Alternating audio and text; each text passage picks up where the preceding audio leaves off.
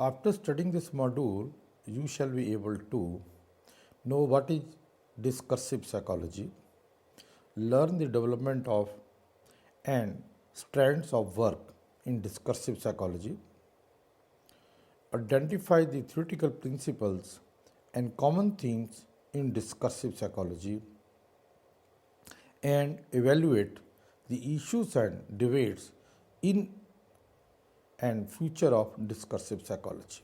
Discourse analysis is an interdisciplinary field that has evolved within linguistics, sociology, cultural studies, and psychology in different forms. Discursive psychology is the application of the principles of discourse analysis to psychological topics. In the dominant cognitivistic paradigm in psychology, individuals build mental representations of the world based on their innate mental structures.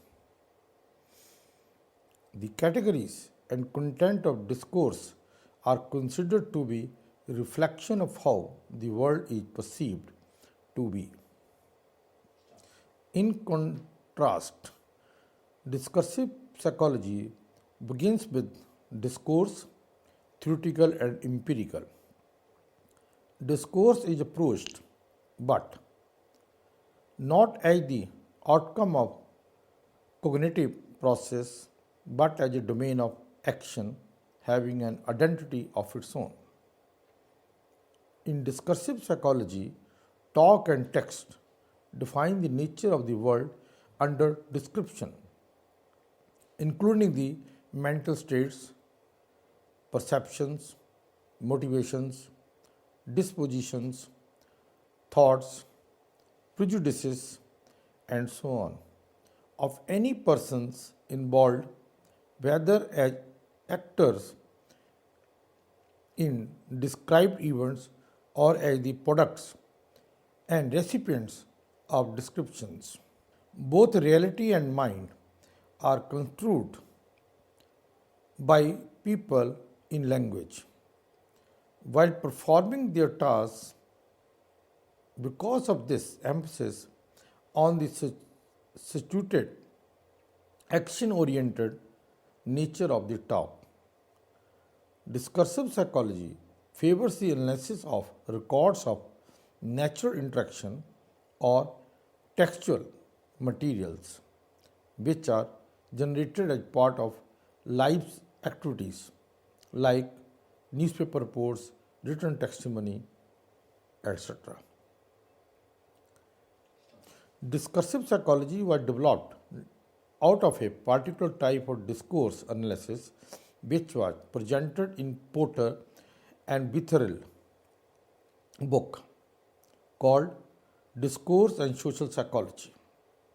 This approach provided the basis for some of the initial qualitative papers in empirical journals such as the British Journal of Social Psychology and European Journal of Social Psychology. Porter and Witherill book outline an alternative methodological approach that could be used in place of the experiments and questionnaires. It based itself on the conversation analytic work in everyday and institutional settings. It also built on post-structuralist ideas from, for example, the Foucaultian tradition of Henriques, Holloway, Irwin, Venn, and Walterdine.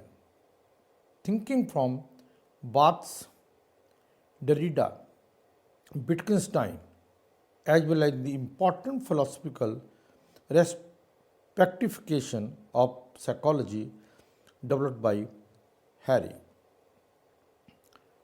Finally, it owed a major depth to the sociology of scientific knowledge, in particular Gilbreth and Mulcahy, However, there are two main differences from that of the work of Porter and Vidya-mitra. First, a major focus of Porter and Vidya-mitra was on the identification of the structured discursive resources, while ethnomethodologists have focused on the role of membership categories. Rhetoricians, and particularly Billing, have focused on rhetorical commonplaces. One of the central themes developed in discursive psychology was the close inferential relationships between versions of the reality and mind. People construct versions of both of these things in their talk and their texts in action. Recent developments within discursive psychology have drawn more extensively on conversation analytic principles. Research on evaluation in discursive psychology reflects this emphasis, bringing to the fore the action orientation and sequential organization of evaluative expressions, such as the use of different types of food evaluation to justify or account for particular courses of action. Simply, there are three main strands of work in the past 20 years related to the discursive psychology. Number one, interviews and repertoires. From the mid 1980s, the focus of discourse analytic work in psychology was on identifying the different interpretive repertoires that are used to build social action. An interpretive repertoire involves a cluster of terms, categories, and idioms that are closely related conceptually. Linked repertoires are assembled around a metaphor or image in most cases. Interpretive repertoire are identified by analyzing a set of open-ended interviews. The repertoire's ideas is derived from Gilbreth and Mulcahy study of the different repertoires that scientists use to construct their social world when they are writing research papers and arguing with one another. It was further developed by Vidya-mitra and Porter in 1992. This trend of work was closely linked in and influenced by Michael Billing, rhetorical psychology, and involved the central notion of ideological dilemmas, which builds on the notion of interpretive repertoires from Porter and Vidya-mitra. Number two, discursive psychology and constructionism.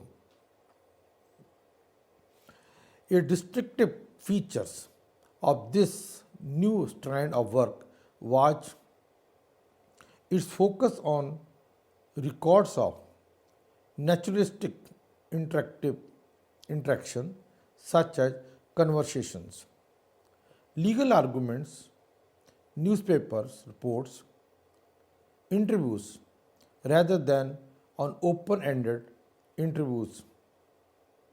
Its focus was on the role that descriptions of the world and of psychological states play in the creation of the particular actions, whereas the earlier strand of work was developed under the title Discourse Analysis and subsequently became described as discursive psychology. This trend of work for the first time used the explicit title Discursive Psychology. Discursive psychology hence moved to a more explicit style of discursive constructionism, which focused on text and talk. It involves ideas from mainstream cognitive psychological work, particularly through studies on memory, descripts, emotion, attribution, and perception in terms of interaction. Third, discursive psychology and sequential analysis. From around the middle of the 1990s, these two strands of discursive psychology started to be combined by a third strand. This strand reflects a deeper engagement with conversation analysis. Many times, these two fields blur together. There is a convergence of issues in conversation analysis and discursive psychology since they both focus on how shared knowledge is displayed and how intersubjectivity is established. This strand of work provides an approach to how categories are conversationally and sequentially occasioned.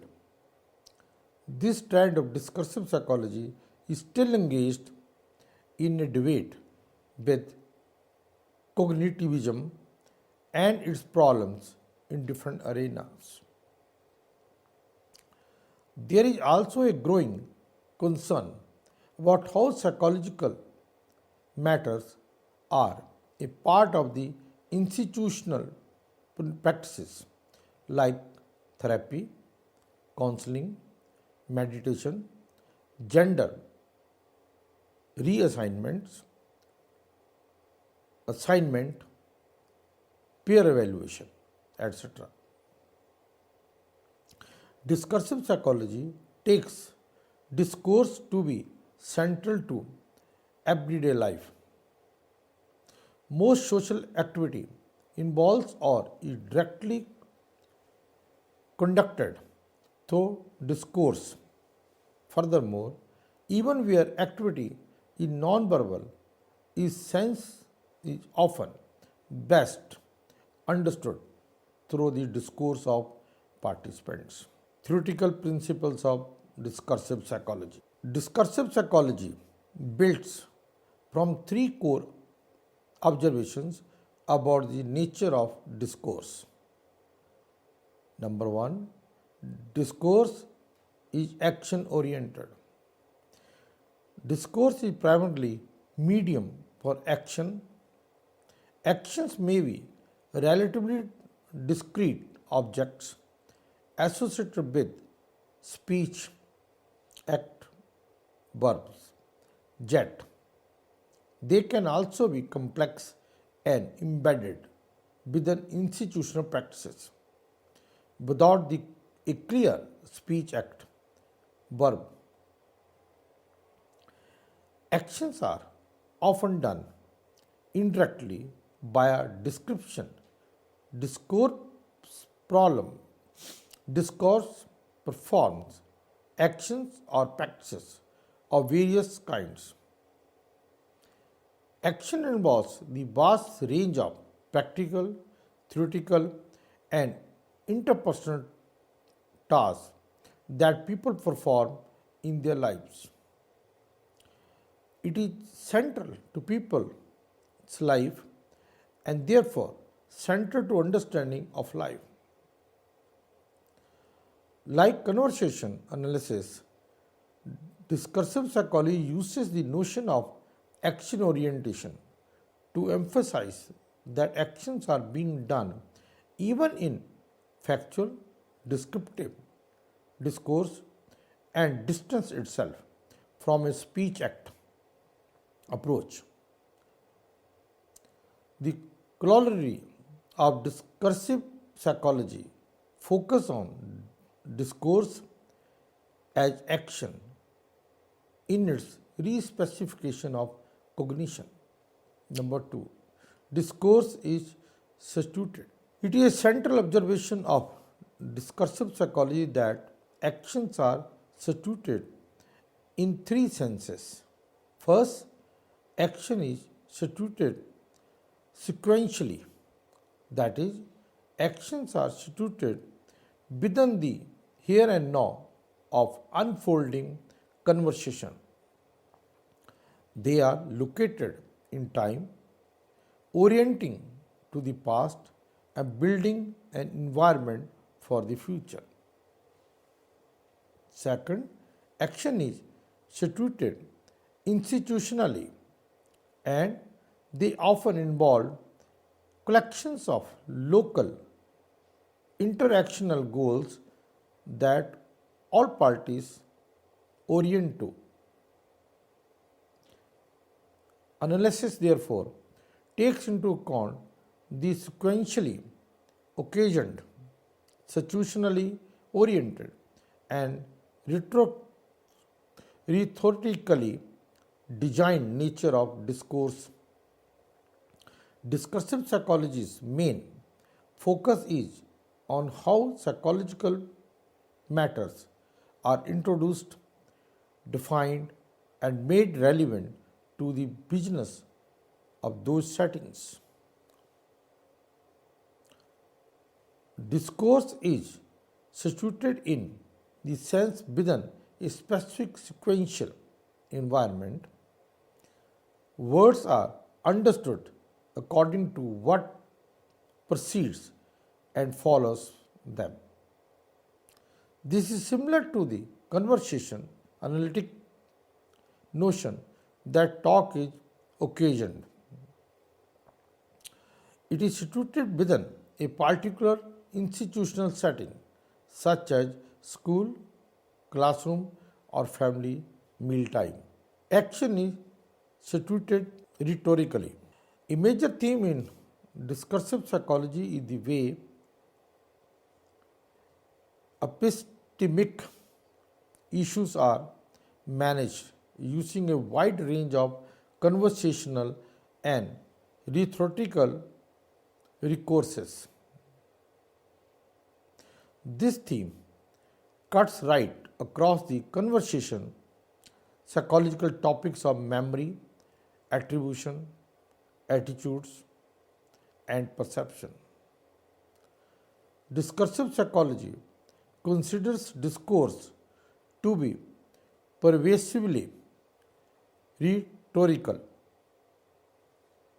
Claims and descriptions offered in talk are often designed to counter potential alternative versions and to resist attempts, whether actual or potential, to disqualify them as false, partial, or interested. Number 3. Discourse is both constructed and constructive. Discourse is constructed from a range of resources, grammatical structures, words, categories, repertoires, conversational practices, and so on. These are used in many ways to present particular version of the world. Discourse is constructive in the sense that it is used to build versions of psychological words, of social organizations, action, and of histories. Such versions are an integral part of different actions. Discursive psychology is constructionist in two senses. First, it studies the way discourse itself is constructed. Words, metaphors, idioms, rhetorical devices, descriptions, accounts, stories, and so on are drawn on and built in the course of interactions and in the performance of particular actions. Secondly, it studies for the ways discourse constructs versions of the world. In discursive psychology, then, discourse is both constructed and constructive. Discursive psychology focuses on what people are doing and how, in the course of their discourse practices, they produce versions of external reality and of psychological states. These principles have most clearly been developed in representing reality and discourse and cognition. In the former text, Porter develops a systematic account of the way versions are built as objective descriptions of actions or events. This addresses the question of how speakers create the credibility of versions and how this can be challenged. People construct versions of the world that have implications for their own dispositions and thoughts, and they construct versions of these psychological phenomena to have implications for actions and events in the world. This practical distinction between subjective and objective notions is further developed in Edward work. Discursive psychology is developed. The constructionist approach to emotion in a more specifically analytic and interactional direction. Common themes in discursive psychology. Some themes are common across much discursive research. Individually or together, they contribute to establishing the adequacy of particular analysis. Number one, participants' orientation. One of the biggest virtues of working with open-ended, naturally occurring material is that they provide a major resource in validating findings. That resources is the turn-by-turn nature of interaction. Any turn of talk is oriented to that, to what come before, and set up an environment for what comes next. Number two, deviant cases. Deviant cases are often analytically and theoretically informative. They can show whether a generalization is robust or breaks down. Number three, coherence. The accumulation of findings from different studies allows new studies to be assessed for their coherence with what comes before. Reader's evaluation. One of the most fundamental features of discursive psychology is that its claims are accountable to the detail of the empirical materials and that readers can make their own checks and judgments. The future of discursive psychology. Psychology had developed as a hypothetico-deductive science that has conceptualized the world in terms of the effects and interactions of variables on one another that can be assessed using experiments and analyzed using multivariate statistics. This has been combined with a cognitivist explanation where the causes of human actions are seen to lie within individuals.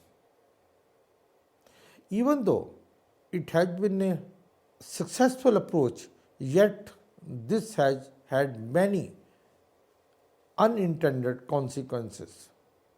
First, the search for general relationships underlying behavior moves research away from that the specific of human actions. Action is restricted or transformed into a form that is amenable to multivariate analysis. Little attention has been paid to the rich local and institutional settings in which human activity takes place. Third, the hypothetico deductive approach has led researchers away from careful descriptive studies in favor of studies that start with some kind of relationship to be tested.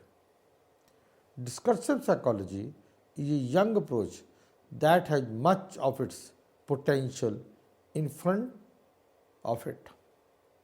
The following are just some areas of new development in discursive psychology work.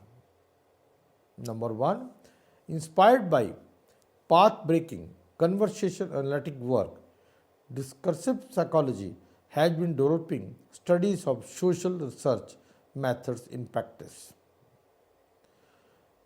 2. Discursive psychology has been focused on materials collected from institutional settings.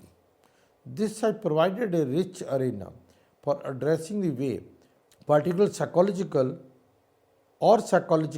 terms and orientation have institutional roles in particular settings.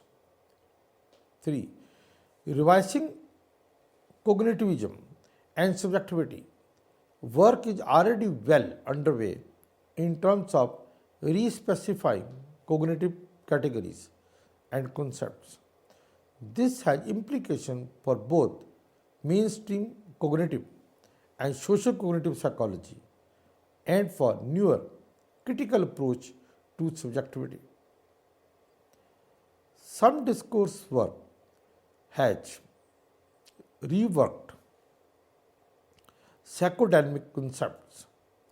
Other work has focused on the management of subject-object or mind-world relationship, a central theme since the start of discursive psychology. Discursive psychology was developed out of a particular type of discourse analysis which was presented in Porter and Wetherell's book Discourse and Social Psychology. This book outlined an alternative methodological approach that could be used in place of experiments and questionnaires. It drew on conversation analytic work on both everyday and institutional settings. It also built on some post structuralist ideas. Finally, it owed a major debt to the sociology of scientific knowledge, in particular Gilbert and Mulcahy. Discursive psychology is distinct from the earlier tradition of discourse analysis since it almost completely abandons open ended interviews as a research method. One of the central themes developed in discursive psychology was the close inferential relationship between versions of reality and mind. Recent developments within discursive psychology have drawn more extensively on conversation analytic principles. Simply, there are three main strands of work in the past 20 years related to discursive psychology: interviews and repertoires. From the mid 1980s, the focus of discourse analytic work in psychology was on identifying the different interpretative repertoires that are used to build social action. Discursive psychology and constructionism. A distinctive feature of this new strand of work was its focus on records of naturalistic interaction, such as conversations, legal argument, newspaper reports, and interviews rather than on open ended interviews. From around the middle of the 1990s, these two strands of discursive psychology started to be combined by a third strand. This strand reflects a deeper engagement with conversation analysis. Discourse is action oriented. Discourse performs actions or practices of various kinds. Action invokes the vast range of practical, technical, and interpersonal tasks that people perform in their lives. It is central to people's lives and therefore central to the understanding of life like conversation analysis. Discourse is situated. It is a central observation of discursive psychology that actions are situated in three senses. Analysis takes into account the sequentially occasioned, situationally oriented, and rhetorically designed nature of discourse. Next principle is that discourse is constructed from a range of resources: grammatical structures, words, categories, repertoires, conversational practices, and so on. These are used in many ways to present particular versions of the world. Discourse is constructive in the sense that it is used to build versions of psychological worlds, of social organizations, action, and of histories. Such versions are an integral part of different actions. Some themes are common across much discursive research. The first is participants' orientation. One of the biggest virtues of working with open ended, naturally occurring materials is that they provide a major resource in validating findings. The second are deviant cases, which are often analytically and theoretically informative. They can show whether a generalization is robust or breaks down. The third is that the accumulation of findings from different studies allows new studies to be assessed for their coherence with what comes before. And the last is reader's evaluation. One of the most fundamental features of discursive psychology is that readers can make their own checks and judgments. There are three main issues and debates in discursive psychology: the preference for working with naturalistic materials, the alternative to cognitivism, and the respecification of embodied practices. These are some of the methodological features of discursive psychology. Discursive psychology is a young approach that has much of its potential in front of it. Some areas of new development in discursive psychology work are that it has been developing studies of social research methods in practice. It has been focused on materials collected from institutional settings and also focuses on revising cognitivism and subjectivity. Let us now summarize what we have learned in this module. Discursive psychology is the application of the principles of discourse analysis to psychological topics. Discursive psychology was developed out of a particular type of discourse analysis which was presented in Porter and Wetherell's book, Discourse and Social Psychology. Finally, it owed a major debt to the sociology of scientific knowledge, in particular Gilbert and Mulcahy. Simply, there are three main strands of work in the past 20 years related to discursive psychology: interviews and repertoires, discursive psychology and constructionism, and discursive psychology and sequential analysis. There are three main theoretical principles of discursive psychology: it is situated, it is action oriented, and it is constructed and constructive. There are three main issues and debates: the preference for working with naturalistic materials, the alternative to cognitivism, and the respecification of embodied practices. Discursive psychology is a young approach and hence has many challenges in front of itself.